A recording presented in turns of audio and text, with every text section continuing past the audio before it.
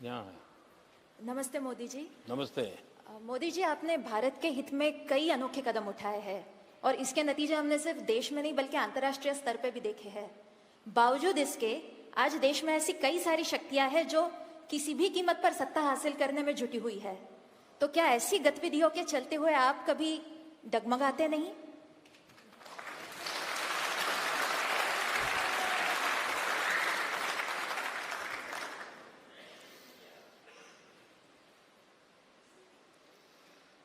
देखिए,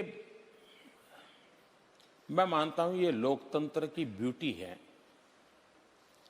लोकतंत्र में अगर विरोध नहीं होता है, आलोचना नहीं होती है, तो फिर वो लोकतंत्र कैसे हो सकता है जी। और मैं मानता हूं, और ये मेरा कन्विक्शन है, ये सिर्फ शब्द नहीं है, मैं मानता हूं डेमोक्रेसी की अगर उत्तम से उत्तम कोई ब्यूटी है तो वो क्रिटिसिज्म है। मैं मानता हूं मोदी सरकार की भरपूर आलोचना होनी चाहिए, हर प्रकार से आलोचना होनी चाहिए। क्रिटिसिज्म से ही तब करके डेमोक्रेसी पनपती है और सरकारों को भी और शासन में बैठे हुए लोगों को भी वो सतर्क रखती है। और इसलिए अगर कोई आलोचना करता है, इसको मैं मेरा सौभाग्य मानता हूं, मैं उसे बुरा नहीं मानता हूं। लेकिन मेरी चिंता आलोचना नहीं है। दुर्भाग्य ये है कि आलोचना करने के लिए बहुत रिसर्च करना पड़ता है, बहुत मेहनत करनी पड़ती है,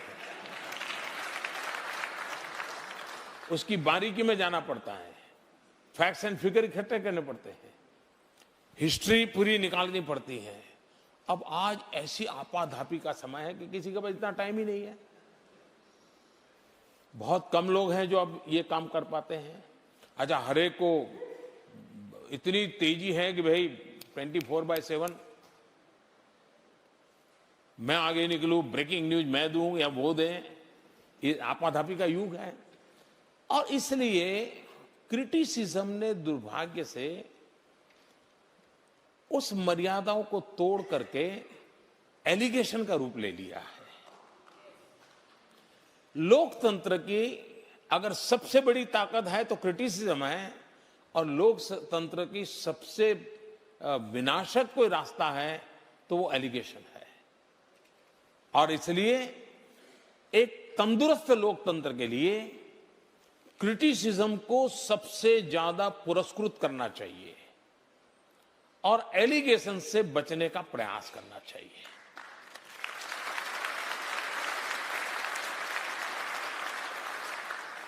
और मैं मानता हूं कि इस मूलभूत तत्व को मैं जानता हूं और मानता हूं, इसलिए मुझे बराबर याद है, मैं तो सरकार में मुझे कोई अगर अच्छी खबर की जानकारी देता है तो मेरा सवाल रहता है कि भाई ये तो ठीक है, मैं देख लूंगा बाद में, ये बताओ इसमें वो कौन सी कमियां हैं हमारी, जरा वो दिखाओ पहले।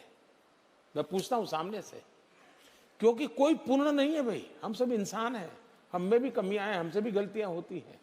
कोई है जो बताता है। अगर मैं सुनना ही बंद कर दूंगा तो फिर तो मेरी गलतियां कभी ठीक नहीं होगी, न मेरे देश का भला होगा। और इसलिए मैं हमेशा क्रिटिसिज्म का स्वागत करता हूं। लेकिन मेरे पर आरोप यह है कि मोदी जी इतना क्रिटिसिज्म होता, आप बोलते क्यों नहीं है? अरे भाई, आपके क्रिटिसिज्म को मैं इतना महत्व देता हूं कि मैं उसको समझने की कोशिश करता हूं, इससे मैं सुधरने की कोशिश करता हूं। आपका मुंह बंद करना मेरा काम नहीं है, ये तो गलत रास्ता है। आप जो बोल रहे हैं मेरे लिए वो मूल्यवान चीज है। आप जो मेरी आलोचना करते हैं वो मेरे लिए बहुत बड़ा खजाना है, वो मेरे लिए गोल्ड माइन है। और इसलिए ये कैसे डिसाइड करते हैं कि कौन सा क्रिटिसिज्म आप उसको महत्व देंगे और किसको नहीं देना चाहिए? देखिए, ये तो ब्लैक एंड व्हाइट में नहीं हो सकता कि मैं इस क्रिटिसिज्म को अच्छा मानूंगा, इस क्रिटिसिज्म। जैसे अभी ये कार्यक्रम कर रहा हूं, मुझे और आपको दोनों को लगता होगा यार बहुत बढ़िया है, लेकिन कोई कहेगा यार मोदी जी बंद करे तो अच्छा। कहता है कोई कोई ये भी कह सकता है कि देखो यार ये मोदी जी ने आज पता नहीं जवाब नहीं दे पाते हैं कहीं पर, तो जाकर के उन्होंने स्टेज मैंने शो कर लिया, अपना कर रहे हैं। उसमें से भी मैं कोशिश करूंगा, या आज के मेरे जो जवाब मैं बोल रहा हूं हो सकता है कोई इसमें से निकालेगा, तो मैं जरूर सोचूंगा, हाँ यार ये शब्द मेरे से मुंह से न निकला होता तो अच्छा होता, मैं सोचूंगा। और मैं आज जहां पहुंचा हूं ना साहब, मुझे बहुत लोगों ने बनाया है, बहुत लोगों ने मुझे थप्पा थपा करके कहा मोदी ये नहीं करो, ये करो, ये करो नहीं, ये करो, ऐसा करते करते मुझे लाया है। तो ये सब उन्होंने जो मेहनत की है उसको मैं मिट्टी में नहीं मिलने दूंगा।